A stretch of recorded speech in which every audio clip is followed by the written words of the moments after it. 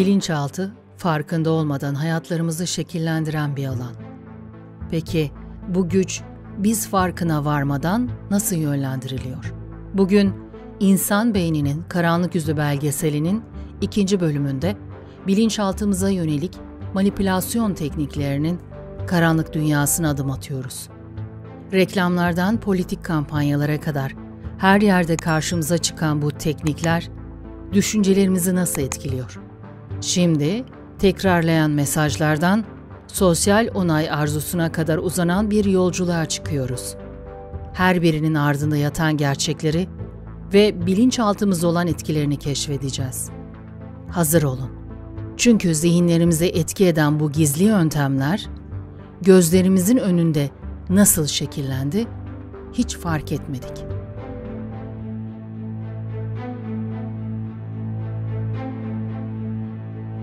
İlk inceleyeceğimiz bilinçaltı manipülasyon tekniği tekrarlayan mesajlar.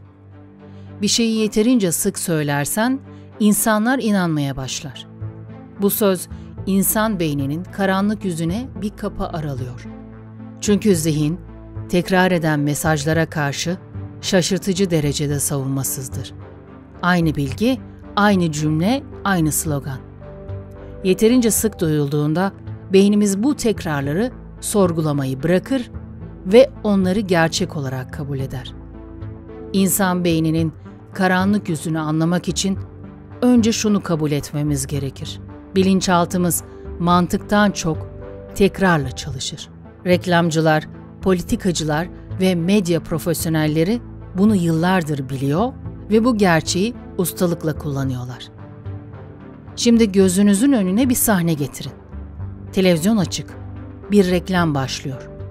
En iyisi bu. 15 saniye sonra tekrar. Şimdi al, sonra rahat et. 5 dakika sonra yine. Aynı renkler, aynı ses tonu, aynı mesaj. Tekrarlayan bu cümleler beyninizde küçük izler bırakır. Ve zamanla bu izler bir patikaya, o patika bir otoyola dönüşür. Bu yolun sonunda ise karar verdim. Sandığınız şey aslında size fark ettirmeden dayatılmış olur. Aynı teknik siyaset dünyasında da sıkça kullanılır.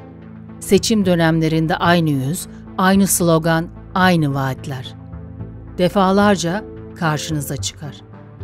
Bilinçaltınız bu tekrarları bir sinyal olarak algılar. Bu tanıdık, bu güvenilir olmalı diye düşünürsünüz. Ve çocuklar. Onlar bu teknikten belki de en çok etkilenen gruptur. Bir çizgi film karakteri bir ürünü övdüğünde, o ürün şarkı ile desteklendiğinde ve bu içerik tekrar yayınlandığında beynin karanlık yüzü sessizce devreye girer. Tekrarlanan mesajların etkisi sadece sezgisel değil, bilimsel olarak da kanıtlanmıştır. Psikolojide buna işlenmiş tekrar etkisi denir. Aynı mesajı tekrar duyan bir birey, bir süre sonra onu sorgulamadan kabul etmeye başlar. Araştırmalar, bir mesajın 7 ile 20 kez tekrar edilmesiyle bilinçaltında kalıcılığının %80'e kadar arttığını gösteriyor. Bu yalnızca ürün satmak için değil, fikirleri, inançları ve hatta davranışları değiştirmek için de kullanılır.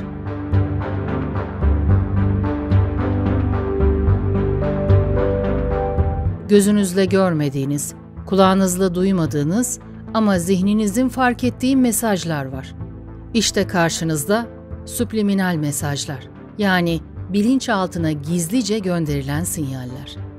Bu yöntem insan beyninin karanlık yüzüne yapılan en sinsi müdahalelerden biridir. Çünkü burada amaç sizin fark etmeden düşüncelerinizi, tercihlerinizi ve davranışlarınızı yönlendirmektir. 1950 yıllarında bir sinema salonunda yapılan tartışmalı bir deney bu konudaki ilk kıvılcımı ateşledi. Film gösterimi sırasında saniyenin 3000'de 1'i kadar bir sürede Coca-Cola iç ve patlamış mısır ye mesajları ekrana yerleştirildi. Sonuç mu? Satışlar iddiaya göre %50'ye yakın arttı. Gerçekliği hala tartışılıyor bu deneyin ama etkisi kesin. Subliminal mesajlar artık reklamdan müziğe, sinemadan politikaya kadar hayatın her alanında kullanılıyor. Ve çoğu zaman farkına bile varmıyoruz. Subliminal mesajlar genellikle görüntü veya sesin içine öyle ustalıkla yerleştirilir ki bilinçli zihniniz onları fark etmez. Ama beyniniz her şeyi kaydeder. Örneğin bir müzik klibinde bir saniyeliğine görünen bir sembol ya da bir reklam afişinde gölgeler arasına gizlenmiş bir kelime, bunlar gözünüzle değil, bilinçaltınızla algılanır.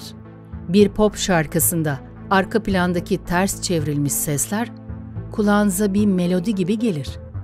Ama beyniniz onu çözer, işler ve siz fark etmeden etkilenirsiniz. Bir başka örnek.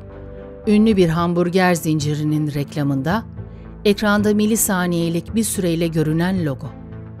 İzleyicilerin birçoğu bunu fark etmese de ertesi gün canı hamburger çeken binlerce insan olur. Filmlerde de bu teknik sıkça kullanılır. Bazı sahnelerde bilinçaltımıza kaygı, güven, hatta cinsellik gibi duygular yüklenecek şekilde detaylar yerleştirilir. Ve sonuçta kararlarınız artık size ait olmayabilir. Subliminal mesajların etkisi üzerine yapılan bilimsel çalışmalar, bu mesajların duygular ve kısa süreli tercihler üzerinde etkili olabileceğini gösteriyor. Özellikle ani kararlar, dürtüsel tepkiler ve alışveriş gibi durumlarda bu teknik oldukça etkilidir. İnsan beyninin karanlık yüzü, bilinç dışının ne kadar güçlü ve yönlendirebilir olduğunu bu teknikte bir kez daha ortaya koyuyor. Yapılan bir araştırmada bilinçaltına olumlu mesajlar veren kişilerin problem çözme becerilerinde %15'e kadar artış gözlemlenmiş. Peki ya bu olumlu mesajlar yerine yönlendirici ya da tehlikeli mesajlar verilseydi? Bu manipülasyonun en büyük tehlikesi etkisinin fark edilememesi. Çünkü biz bize ne söylendiğini bile anlamadan tepki veriyoruz. Ve belki de en karanlık olan kısım şu. Subliminal mesajlara karşı bilinçli bir savunmamız yok. Çünkü mesaj zihnimizin kapısından girmiyor. Arka kapısından sızıyor.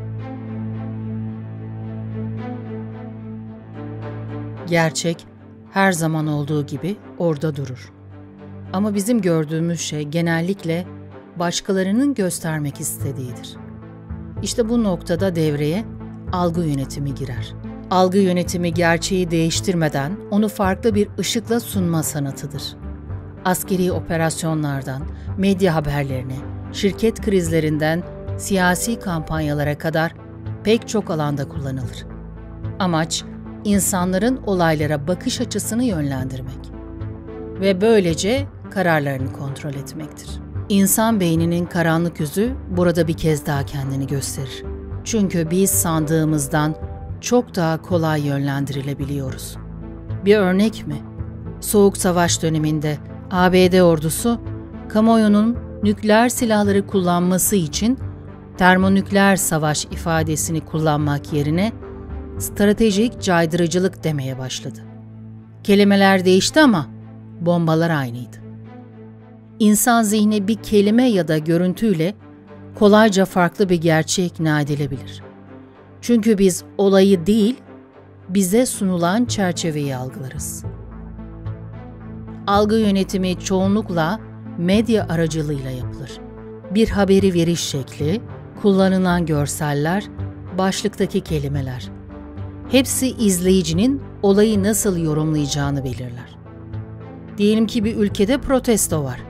Aynı olay bazı medya organlarında halkın özgürlük yürüyüşü olarak sunulurken başka bir yerde kamu düzenini bozan yasa dışı gösteri olarak anlatılır. Oysa görüntüler aynıdır, değişen yalnızca algıdır. Bir başka örnek, bir markanın üründe sağlık riski çıktıysa, şirket bunu genellikle önleyici geri çağırma operasyonu olarak açıklar. Bu şekilde kriz değil, kontrol mesajı verilir. Algı yönetimi sadece haberlerde değil, sosyal medyada da yapılır. Influencerlar aracılığıyla bir ürünün moda olduğu izlenimi yaratılır. Bu ürünü denemeyen kişi dışlanmış hisseder. Ama aslında ortada bir trend değil, planlı bir algı vardır. Ve işin tuhaf yanı, bunu fark etsek bile etkilenmeye devam ederiz. Çünkü algı bilgiye değil, hissettirilen gerçekliğe dayanır. Algı yönetimi insan davranışlarını şekillendirme konusunda en güçlü psikolojik silahlardan biridir. Harvard Üniversitesi'nin bir araştırmasına göre insanlar bir olay hakkında ilk duydukları bilgiye %70 oranından daha fazla güvenir. Bu da demektir ki ilk algıyı yöneten gerçeği kontrol eder. İnsan beyninin karanlık yüzü bu noktada yeniden sahnede. Çünkü algımız bir kez şekillendiğinde onu değiştirmek son derece zordur. Ve belki de en ilginç olanı şu: bazı ülkeler özel algı mühendisliği birimleri kurarak halkın zihinsel gündemini planlar. Bu birimlerin görevi halkın neyi konuşacağını, neye tepki vereceğini ve en önemlisi neyi görmezden geleceğini belirtmektir. Kısacası gerçek her zaman önemli değildir. Önemli olan gerçeğin nasıl gösterildiğidir.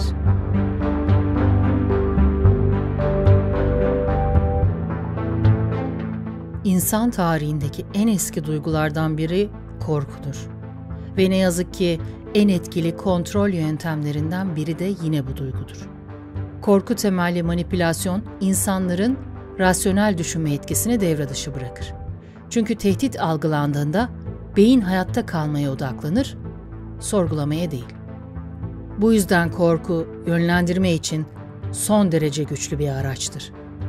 İnsan beyninin karanlık yüzü işte tam da burada devreye girer. Beynimiz tehlike sinyallerine karşı aşırı duyarlıdır ve bir kez korkutulduğunda itaat etmeye hazır hale gelir. Antik Roma'dan bu yana liderler "düşman geliyor" diyerek halkı savaşlara ikna etti. Günümüzde ise bu düşman bazen bir virüs, bazen ekonomik kriz, bazen de yalnızca belirsizliktir. Amaç aynıdır: korkuyla yönlendirmek. Bu teknik genellikle bir tehdit yaratılarak uygulanır. Medya haberlerinde krizler abartılır. Politikacılar tehdit unsurlarını sürekli hatırlatır. Reklamlar bile "bu ürünü kullanmazsan başına kötü şeyler gelebilir" mesajı verir. Örneğin bir haber kanalında sürekli "enflasyon patlayacak, gıda krizi kapıda" gibi ifadeler tekrarlandığında insanlar daha az sorgular, daha çok tüketir ya da otoriteye daha kolay boyun eğer. Bir politik kampanyada "eğer biz kazanamazsak ülke bölünür" gibi söylemler aslında doğrudan korku manipülasyonudur. Reklam dünyasında sık sık karşımıza çıkar. Diş macunu reklamlarında "bu bakteriler ağzınızda saatlerce yaşıyor" mesajı aslında ürünü değil, korkuyu satmaktır. Daha da ilginci, bazı güvenlik firmaları önce bölgenizdeki suç oranlarını vurgulayan reklamlar yayınlayıp hemen ardından güvenlik sistemlerini tanıtır. Tehdit algısı yarat, çözüm sun. İşte formül bu kadar basit. Korkuya maruz kalan insanlar daha kolay yönlendiriliyor. Northwestern Üniversitesi'nin bir çalışmasına göre korku temelli mesajlara maruz kalan bireylerin %68'i önerilen çözümleri sorgulamadan kabul ediyor. İnsan beyninin karanlık yüzü bu noktada adeta savunmasız kalıyor. Çünkü korku beynin rasyonel bölgesini bastırıyor ve bizi içgüdülerimizle baş başa bırakıyor. 2001 yılında yaşanan 11 Eylül saldırılarının ardından Amerikan halkının %79'u kişisel özgürlüklerinin sınırlandırılmasına destek verdi. Çünkü korku özgürlükten bile daha güçlü bir güdüye dönüşebilir. Ve belki de en rahatsız edici tarafı şu: bu manipülasyon işe yaradığında insanlar buna ikna olduklarını sanıyor. Oysa sadece korktukları için razı olmuşlardır.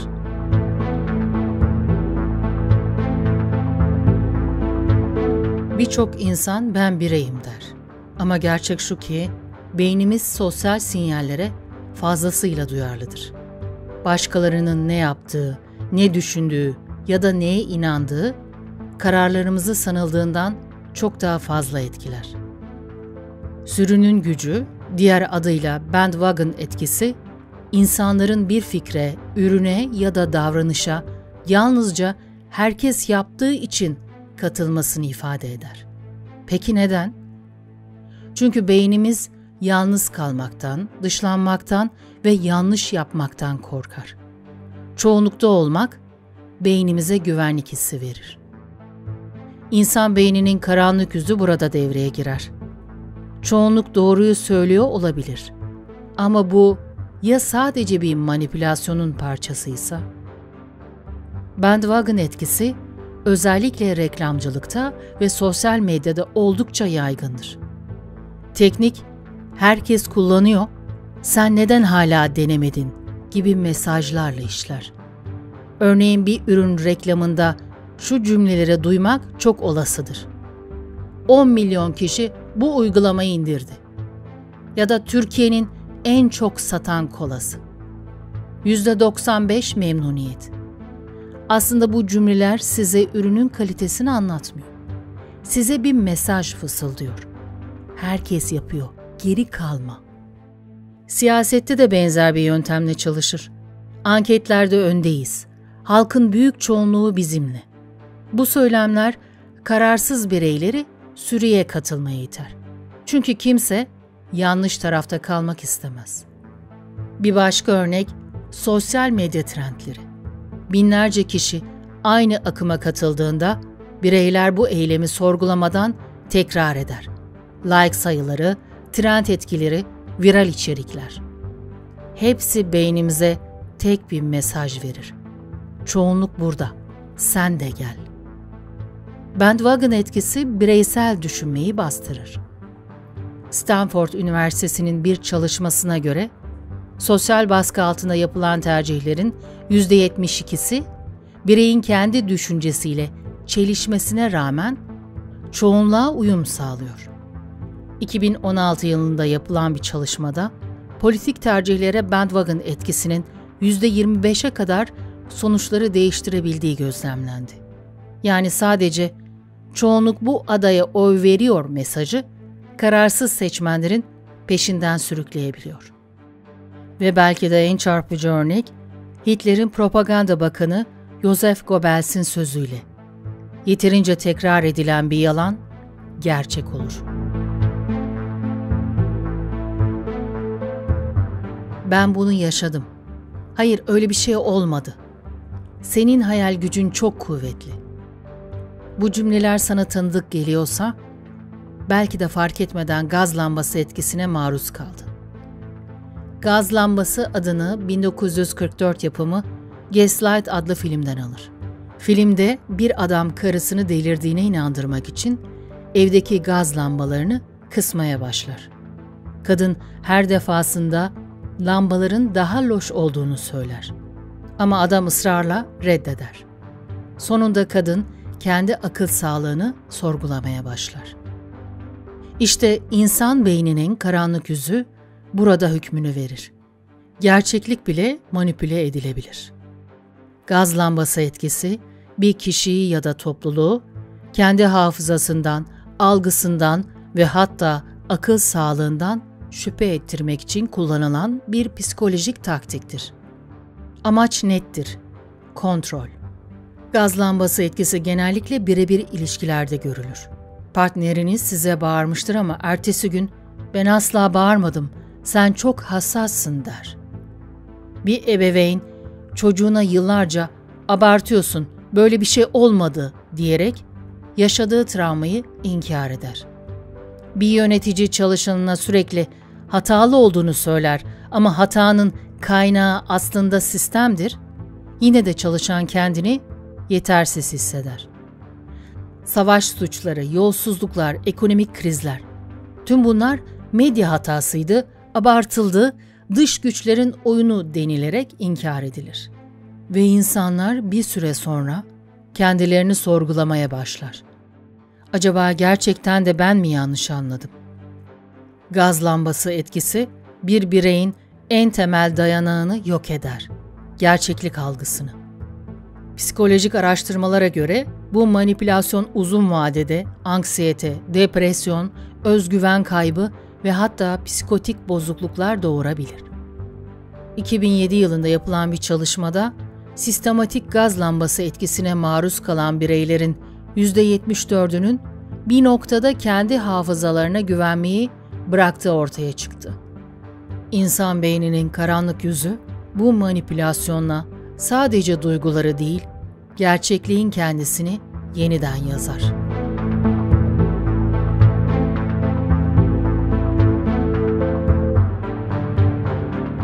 Hangisini seçmek istersin? Siyah mı, beyaz mı? Cevap verirsin. Ama asıl soru şudur: neden sadece bu ikisi? İşte tam da bu noktada insan beyninin karanlık yüzü devreye girer. Sahte seçenekler bireye sanki karar verme özgürlüğü tanıyormuş gibi sunulan, ancak seçeneklerin tamamı manipülatörlerin kontrolü altında olduğu bir taktiktir. Amaç, kişinin bir şeyi kendi kararıymış gibi benimsemesini sağlamaktır. Bu teknik özellikle siyaset, pazarlama ve propaganda dünyasında ustalıkla uygulanır. İlginç bir bilgi, birçok reklam kampanyasında ya şimdi alırsın ya da fırsatı kaçırırsın gibi iki seçenek sunulur. Ama gerçek şu ki her zaman başka seçenekler vardır. Bu manipülasyonun temel gücü seçenekleri sınırlayarak kontrol etmekten gelir. Bir ebeveyn çocuğuna sorar: "Ödevini şimdi mi yapacaksın yoksa yemekten sonra mı?" Çocuk kontrolün kendisinde olduğunu sanır. Oysa asıl karar ödevin yapılması. Çoktan karar verilmiştir. Bir fast food zinciri. Menünüzü büyük boy mu istersiniz yoksa orta boy yeterli mi? Küçük boy hiç teklif edilmez. Çünkü bilinçaltı zaten büyük mü orta mı arasında kıstırılmıştır. Siyasi propagandada bu teknik kullanılır. Ya bizdensin ya karşı taraftan. Bu ikililik kutuplaştırmanın temel taşıdır. Üçüncü bir yol görünmez kılınır. Sahte seçenekler zamanla bireyin eleştirel düşünme etkisini köreltir. Amerikan Psikoloji Derneği'nin 2015'te yaptığı bir araştırmaya göre tüketicilerin %68'i reklamda sunulan seçeneklerin dışında başka alternatifler olduğunu düşünmediğini belirtmiş. İnsan beyninin karanlık yüzü, bireyin özgürlük duygusunu kullanarak onu zincirler. Bu zincirler görünmezdir. Çünkü anahtarı zaten size vermiş gibi yaparlar. Gerçekte ise neyi seçeceğinizi siz değil, onlar çoktan belirlemiştir.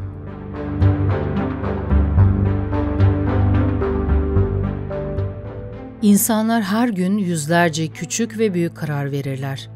Hangi kıyafetleri giyeceksiniz, hangi ürünleri alacaksınız, ne yemek istersiniz? Ve bu kararlar birikir. Sonunda beyin tükenir ve karar verme kapasitesi zayıflar. İşte tam da bu noktada yorgunluk manipülasyonu devreye girer. Bilinçli olarak karar verme yeteneğimizin zayıflaması manipülatörler için bir fırsata dönüşür. Kararları zorlaştırarak kişiyi yorgun düşürmek ve ardından istenilen kararı kabul ettirmek hedeflenir. Yorgunluk manipülasyonu, bireyin sürekli olarak küçük seçimler yapmasını sağlamak ve onu mental olarak tükenmiş bir hale getirmektir. Bu tükenmişlik, kişiyi hızlı ve daha az düşünerek kararlar almaya zorlar. Mesela bir reklamda tüketiciye sürekli olarak "Şimdi satın al" mesajları gösterilir. Birçok karar kısa sürede yapılması gerektiği için tüketici ister istemez daha hızlı kararlar alır. Beyni tükenmiş ve odaklanması zorlaşmıştır. Bu da impulsif satın alımları kolaylaştırır. Mesela bir siyasetçi seçmenlerine çok sayıda tartışmalı konu sunar. Tartışmalar birer birer geçer ve her biri büyük bir karar gerektirir. Zamanla seçmenler zihinsel olarak tükenir ve aslında çok önemli olmayan bir konuda evet demek zorunda kalırlar. Çünkü sürekli seçim yapmanın verdiği yorgunluk ve baskı altındadırlar. Yorgunluk manipülasyonu insanların daha az dikkatli kararlar almalarına yol açar. Bir kişi karar verme kapasitesinin tükenmesi sonucu otomatik ve daha impulsif seçimler yapmaya başlar. Bu da genellikle manipülasyonun kolayca işlenmesini sağlar. Araştırmalar, karar yorgunluğunun insanların ortalama olarak %60 oranında daha az düşünerek seçim yapmasına neden olduğunu gösteriyor.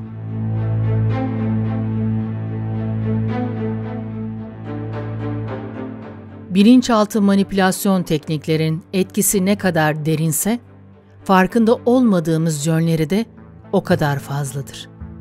Bugün öğrendiklerimiz sadece günlük yaşantımızı değil, toplumsal yapıları da şekillendiriyor. Karmaşa yaratmaktan, sosyal onay arzusuna, yavaşça gerçekleşen değişimlerden korku temelli manipülasyona kadar her biri zihnimizde izler bırakıyor. Ancak unutmayın, insan beyni bu teknikleri fark edebildiği sürece bilinçli seçimler yapma gücüne sahiptir. Bilinçaltı, karanlık bir labirent gibi ama her zaman bir çıkış yolu vardır. İnsan beyninin karanlık yüzü belgeselinin bu bölümünde içsel dünyamızın gizemlerine daha derinlemesine baktık. Şimdi düşüncelerimizi şekillendiren bu güçleri daha iyi anlamak ve kendi zihinlerimizi savunmak için yeni bir bakış açısına sahip olduk. Bir sonraki bölümde görüşmek üzere.